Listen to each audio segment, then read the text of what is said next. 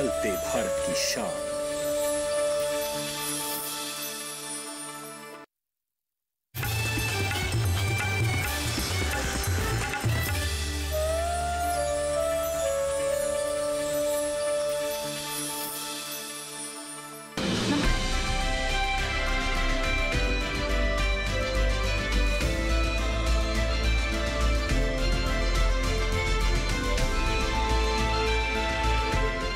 नमस्कार, आप देख रहे हैं दूरदर्शन किसान। कोविड-19 महामारी के खिलाफ लड़ाई में किसान उपयोगी जरूरी जानकारियों के साथ इस खास कार्यक्रम आत्मनिर्भर भारत खबर खेती में आप सभी का स्वागत है। मैं हूं ज्योत्सना टंडन। आइए देखते हैं क्या है नया आज के कार्यक्रम में।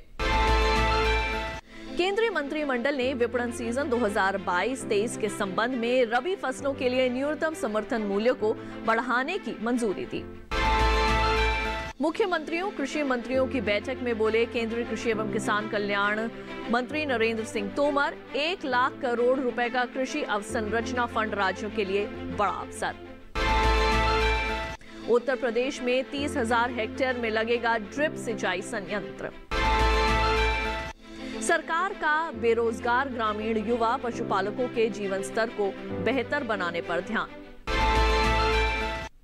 सीवीड यानी समुद्री शैवाल में रोजगार के अवसर, सरकार सीवीड की खेती को दे रही है प्रोत्साहन। और अब आइए देखते हैं समाचार विस्तार से। केंद्रीय मंत्रिमंडल ने विपणन सीजन 2022-23 के संबंध में रबी फसलों के लिए न्यूनतम समर्थन मूल्य को बढ़ाने की मंजूरी दी है। आइए देखते हैं इस रिपोर्ट के माध्यम से। प्रधानमंत्री की अध्यक्षता में आर्थिक मामलों की मंत्रिमंडल समिति ने रबी विपणन सीजन 2022-23 के लिए सभी रबी फसलों के न्यूनतम समर्थन मूल्य में बढ़ोतरी करने को मंजूरी दी है। सरकार ने आरएमएस 2022-23 के लिए रबी फसलों की एमएसपी में इजाफा कर दिया है ताकि किसानों को उनके उत्पादों की लाभकारी कीमत मिल सके। पिछले वर्ष के एमएसपी में मसूर की दाल और कैनोला तथा सरसों में उच्चतम संपूर्ण बढ़ोतरी करने की सिफारिश की गई है। इसके बाद चने को रखा गया है। पिछले वर्ष की तुलना में कुसुम के फूल का मूल्य 114 रुपए प्रति क्विंटल बढ़ा दिया गया है। कीमतों में ये अंतर इसलिए रखा गया है ताकि भिन्न भिन्न फसलें बोने के लिए प्रोत्साहन मिले।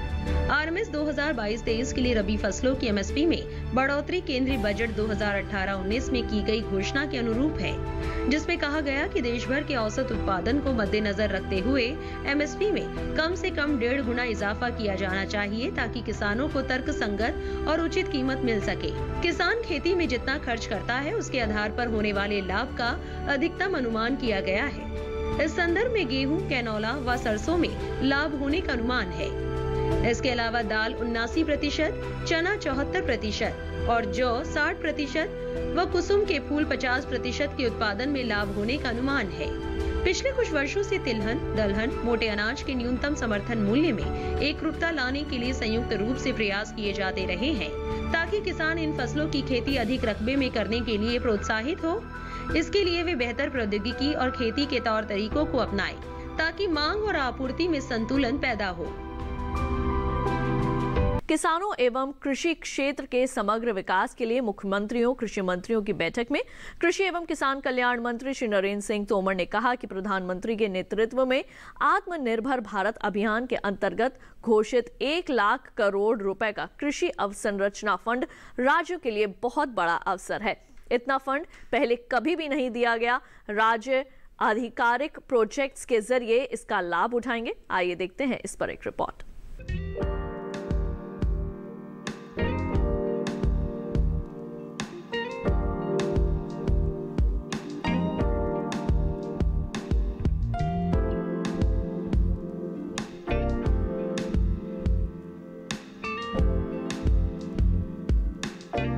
भारत सरकार कृषि से जुड़े हुए महत्वपूर्ण विषयों पर राज्यों के साथ चर्चा कर रही है। भारत सरकार की कोशिश है कि जो प्रधानमंत्री नरेंद्र मोदी जी ने agriculture infrastructure fund 1 lakh crore रुपए का प्रावधान किया है, उसका क्रियान्वयन शीघ्रता से हो और नीचे तक इस फंड के क्रियान्वयन से कृषि अवसंरचनाएं खड़ी हों जिसका लाभ किसानों को मिले। किसान सम्मान निधि और किसान क्रेडिट कार्ड योजना, इसमें जो पात्र किसान है उसको ये मिलना प्रारंभ होना चाहिए और इसके लिए राज्य सरकारें द्रुत गति से काम करें। केंद्र सरकार इसमें सहयोग करने के लिए पूरी तरह तत्पर है।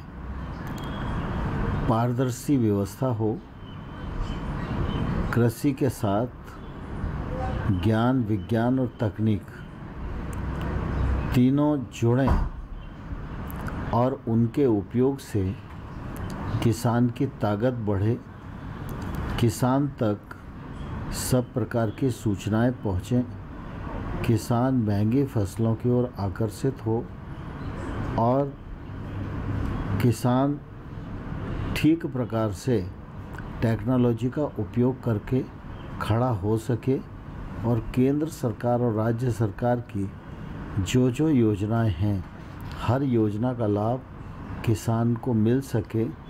इस दृष्टि से डिजिटल एग्रीकल्चर परियोजना प्रारंभ कर रहे हैं।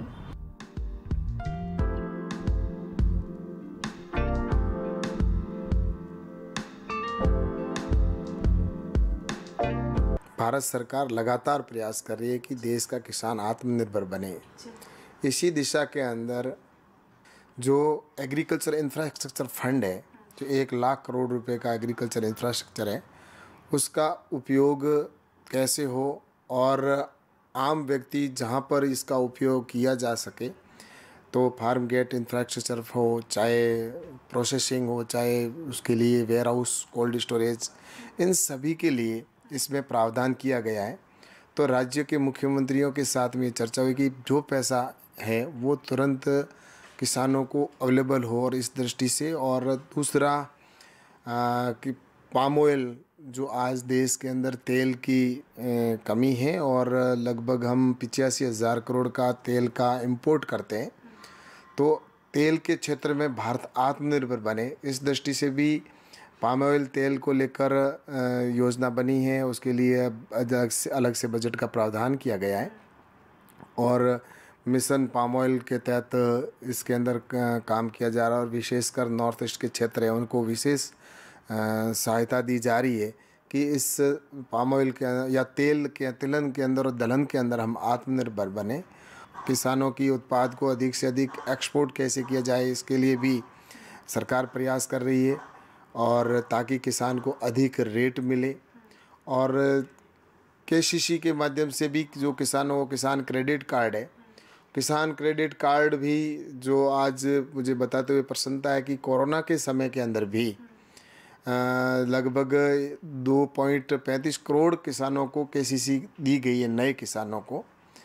तो ये आने वाले समय के अंदर देश का ऐसा कोई किसान नहीं हो जो पात्र हो और उनको किसान केसीसी मिले, नहीं मिली है तो उनको मिले। इस दृष्टि से भी सभी मुख्यमंत्रियों से वार्ता की गई और बैठक के अंदर बहुत अच्छे सुझाव भी मिले। मुख्यमंत्री और वहाँ के कृषि मंत्रियों ने सुझाव दिए जो आने वाले समय के अंदर किसानों के लिए बहुत ही उपयोगी सिद्ध होंगे। भारत सरकार लगातार प्रयास कर रही है और इसी को ध्यान में रखते हुए कि नरेंद्र मोदी जी का लक्ष्य है कि 2022 तक किसान की इनकम बढ़ाना है, डबल करना है। तो इस नाते कृषि का बजट भी बढ़ाया गया है। जहाँ पहले कृषि का बजट यूपीए की सरकार के समय में 22,000 या 20,000 करोड़ रुपए हुआ करता था, लेकिन अभी कृषि का बजट है वो 1,23,000 करोड़ रुपए है। तो ये कृषि का बजट बढ़ाना और 1 लाख करोड़ रुपए एग्रीकल्चर इंफ्रास्ट्रक्चर फंड का घोषणा करके और उसको यूटिलाइज़ करना, तो ये मैं सोचता हूँ कि निश्चित रूप से आने वाले कल में किसानों को जीवन को बेहतर बना सके। इस दिशा के अंदर लगातार कृषि मंत्रालय प्रयास कर रहा है और माननीय नरेंद्र मोदी जी के विजन को हम किस तरह से पूरा करें कि किसान आत्मनिर्भर बने। और जैसा कि किसान आत्मनिर्भर बनेगा तभी हमारा देश आत्मनिर्भर बनेगा। और प्रधानमंत्री जी का जैसा कि कहा भी है लाल किले से कि सबका साथ, सबका विकास, सबका विश्वास और सबका प्रयास, तो सभी के प्रयासों से हम सफल हो पाएंगे। और इसीलिए राज्यों के सहयोग के बिना ये संभव नहीं है। इसलिए राज्य के मुख्यमंत्रियों से आज वार्ता की गई और निश्चित रूप से बहुत अच्छी वार्ता रही और इसको आगे हम काम को बढ़ाएंगे और किसान की इनकम को बढ़ाने का पूरा प्रयास। और इसी के साथ कार्यक्रम में वक्त हो चला है एक छोटे से ब्रेक का। जल्द लौटेंगे वापस, कहीं मत जाइए, देखते रहिए दूरदर्शन किसान।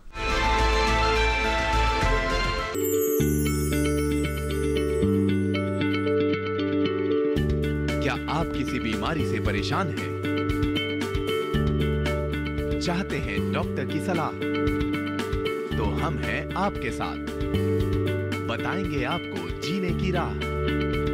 समस्याएं आपकी, समाधान देश के मशहूर विशेषज्ञों के। घर बैठे बात करें देश के जाने माने डॉक्टरों से। हमारे लाइव प्रोग्राम स्वस्थ किसान में हर शनिवार शाम 6 बजे से 7 बजे तक। ब्रेक के बाद एक बार फिर आप सभी का स्वागत है कार्यक्रम आत्मनिर्भर भारत खबर खेती में। आइए कार्यक्रम में पढ़ते हैं आगे। सरकार हर तरह के किसानों की आर्थिक स्थिति बेहतर बनाने की कोशिश कर रही है। तटीय इलाकों में रहने वाले किसानों और मछुआरों के लिए समुद्री शैवाल यानी सीवीड कमाई का बड़ा जरिया बन सकता है। सरकार इसके लिए कई तरह की कोशिशें भी कर रही है।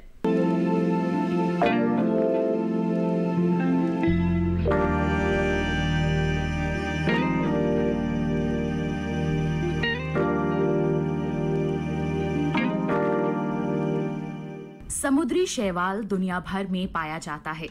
पौष्टिकता से भरपूर इस शैवाल की कई किस्में भोजन, पशुचारे और खाद के रूप में इस्तेमाल की जा रही हैं। इनमें अच्छी खासी मात्रा में आयोडीन, विटामिन और प्रोटीन मिलता है, जो कुपोषण से लड़ने में मददगार है। गुजरात के भावनगर में स्थित केंद्रीय नमक और समुद्री रसायन अनुसंधान संस्थान पिछले कई सालों से इस दिशा में काम कर रहा है। भारत में 8,118 किलोमीटर लंबे तट समुद्री शैवाल के उत्पादन में अपार संभावनाएं पेश कर रहे हैं। प्रधानमंत्री मत्स्य संपदा योजना के तहत 640 करोड़ रुपए के खर्च से इस क्षेत्र में एक परियोजना शुरू की गई है। 5 साल के लिए शुरू की गई इस योजना में केंद्र सरकार तटवर्ती राज्यों के मछुआरों को शैवाल उत्पादन के लिए प्रोत्साहित कर रही है। इसके 2 खास उद्देश्य हैं। एक, तटवर्ती आबादी की आय बढ़ाना और दूसरा, महिलाओं के लिए रोजगार के नए अवसर पैदा करना। समुद्री शैवाल के उत्पादन के लिए सरकार सब्सिडी भी दे रही है। अगले 5 साल के दौरान 8 करोड़ 70 लाख रुपए की सब्सिडी देने का इरादा है। गुजरात और तमिलनाडु में समुद्री शैवाल पर काफी काम हो रहा है। संयुक्त राष्ट्र के खाद्य एवं कृषि संगठन के अनुसार दुनिया भर में करीब 3 करोड़ टन सीवीड का उत्पादन हो रहा है। इसमें से 95% खेती के जरिए और 5% प्राकृतिक तरीके से उगे शैवाल हैं। भारत में प्राकृतिक रूप से उगे हरे शैवाल की 900 किस्में, लाल शैवाल की 400 किस्में और भूरे शैवाल की 1,500 किस्में पाई जाती हैं। इनमें से 221 किस्मों का इस्तेमाल अलग अलग तरह के उत्पाद बनाने में हो रहा है। वैज्ञानिकों का कहना है कि कई सीवीड ऐसे हैं जिनसे बहुत से महत्वपूर्ण उत्पाद मिलते हैं। मिसाल के तौर पर बायोस्टिमुलेंट फसलों की उत्पादकता में 16 से 40% की बढ़ोतरी कर सकता है। ICAR ने इस पर काफी शोध भी किया है। भारत में जिस तरह जैविक खेती को बढ़ावा दिया जा रहा है, उसमें सीवीड से बने उत्पाद लाभकारी साबित हो सकते हैं। भारतीय शोधकर्ता लंबे समय से टिकाऊ खेती के तौर पर समुद्री शैवाल की खेती अपनाने पर जोर दे रहे हैं। भारत के लंबे तट इनकी खेती के लिए उपयुक्त वातावरण प्रदान करते हैं। खासकर गुजरात और तमिलनाडु के सागर क्षेत्र में इनकी गजब की जैव विविधता है। तमिलनाडु के 1000 किलोमीटर लंबे सागर तटों पर समुद्री शैवाल की करीब 282 किस्में मौजूद हैं, लेकिन भारत में कुछ किस्मों की ही खेती हो पा रही है। सागर तट के पास उगने वाले शैवाल जलवायु परिवर्तन को रोकने में भी मददगार हैं। ये कार्बन डाइऑक्साइड सोख लेते हैं और कार्बन को शर्करा में बदल देते हैं। साथ ही पानी में ऑक्सीजन की सप्लाई करते हैं। कार्बन इकट्ठा करने के अलावा सीवीड समुद्री भोजन की श्रृंखला भी बनाते हैं और कई समुद्री जीवों के लिए आश्रय के साथ साथ भोजन भी मुहैया कराते हैं।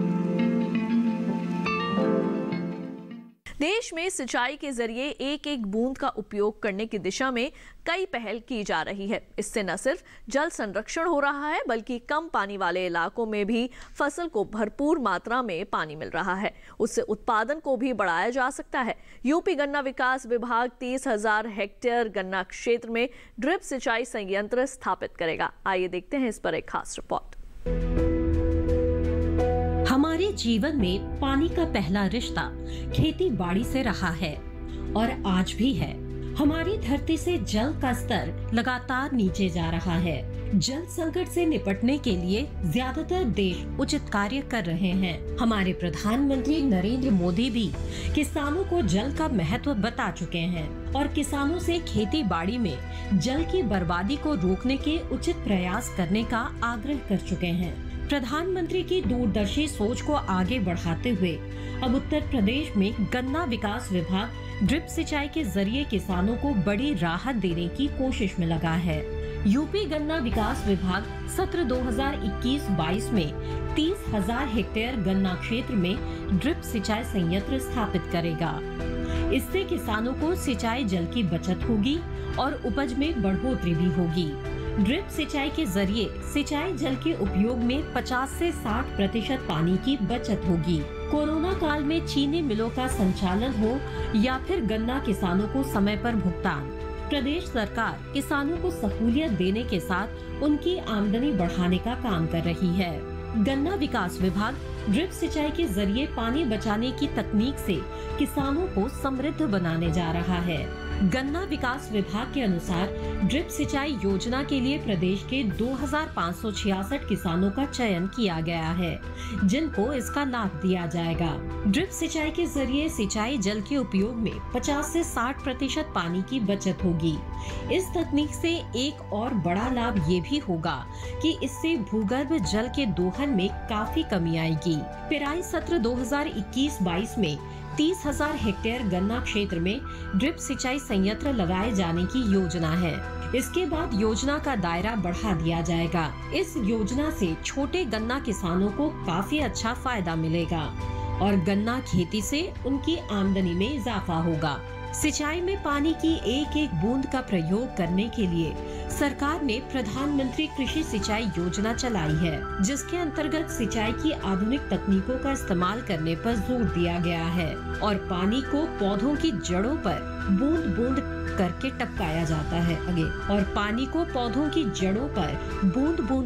टपकाया जाता है। इस कार्य के लिए पाइप, नालियों तथा एमीटर का नेटवर्क लगाना पड़ता है। इसे टपक सिंचाई या बूंद बूंद सिंचाई भी कहते हैं। इसके जरिए पानी थोड़ी थोड़ी मात्रा में कम अंतराल पर सीधा पौधों की जड़ों तक पहुंचाया जाता है। समय हो चला है एक और छोटे से ब्रेक का। जल्द लौटेंगे वापस, कहीं मत जाइए, देखते रहिए दूरदर्शन के साथ। खुशहाल होंगे खेत, पशु रहेंगे स्वस्थ, सरकारी स्कीम का होगा लाभ, जब एक्सपर्ट्स का मिलेगा साथ, आपके सवाल विशेषज्ञों के जवाब, सिर्फ एक फोन कॉल की दूरी पर। देखिए किसानों का अपना प्रोग्राम हेलो किसान, सोमवार से शुक्रवार शाम 6 बजे से सिर्फ दूरदर्शन किसान पर।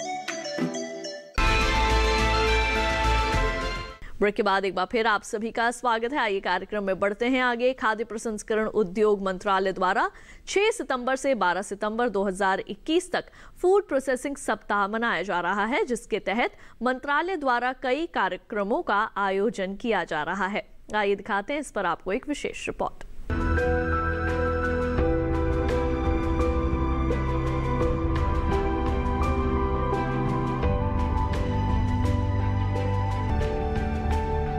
देश की आजादी के 75 वर्षों के उपलक्ष्य में भारत सरकार द्वारा मनाए जा रहे आजादी का अमृत महोत्सव की एक कड़ी के रूप में खाद्य प्रसंस्करण उद्योग मंत्रालय द्वारा 6 सितंबर 2021 से 12 सितंबर 2021 तक फूड प्रोसेसिंग सप्ताह मनाया जा रहा है, जिसके तहत मंत्रालय द्वारा कई कार्यक्रमों का आयोजन किया जा रहा है।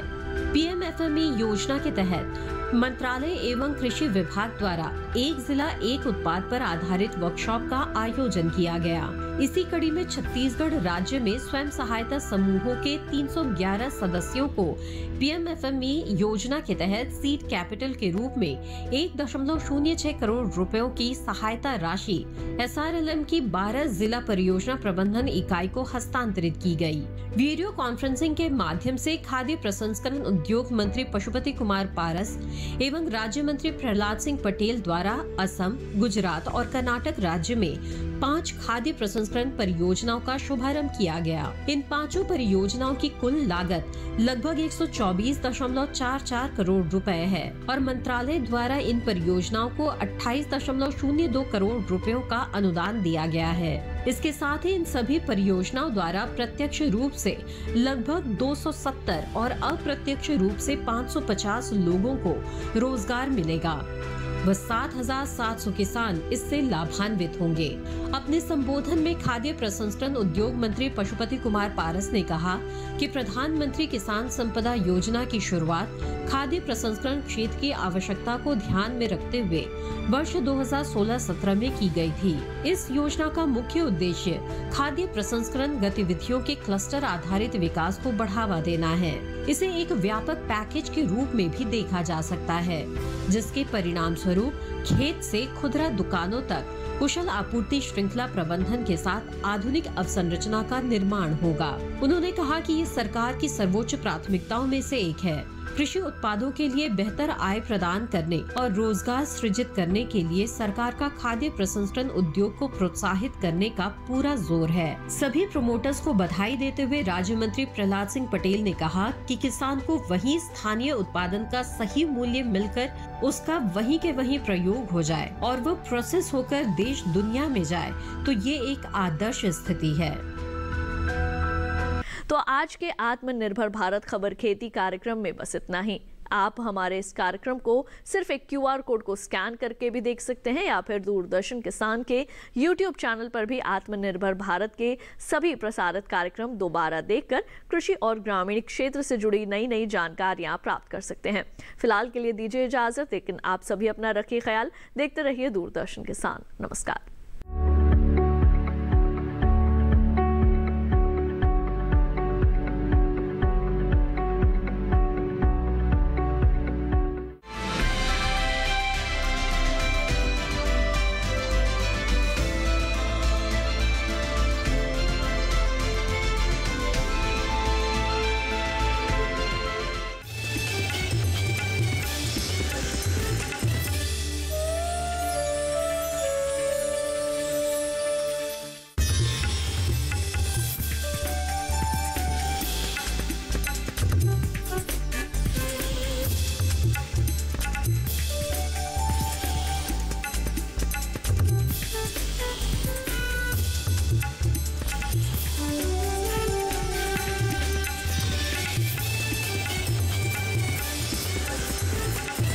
किसान, बदलते भारत की शान।